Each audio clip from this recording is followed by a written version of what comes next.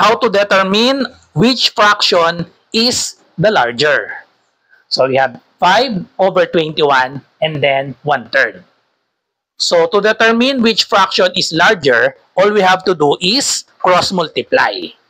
Okay, so we have 5 over 21 and then 1/3. So multiply 5 to 3. So 5 times 3, that is equal to 15. And then 21 multiply to 1. 21 times 1 is equal to 21. So therefore, 1/3 is larger than 5 over 21, since 21 is larger than 15. So the correct inequality symbol is less than. 5 over 21 is less than 1/3.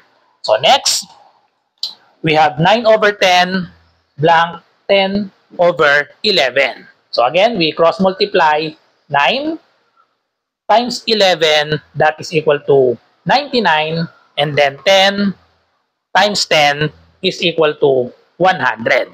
So 100 is greater than 99. So therefore, 10 over 11 is greater than 9 over 10. So the correct inequality symbol is less than. 9 over 10 is less than 10 over 11.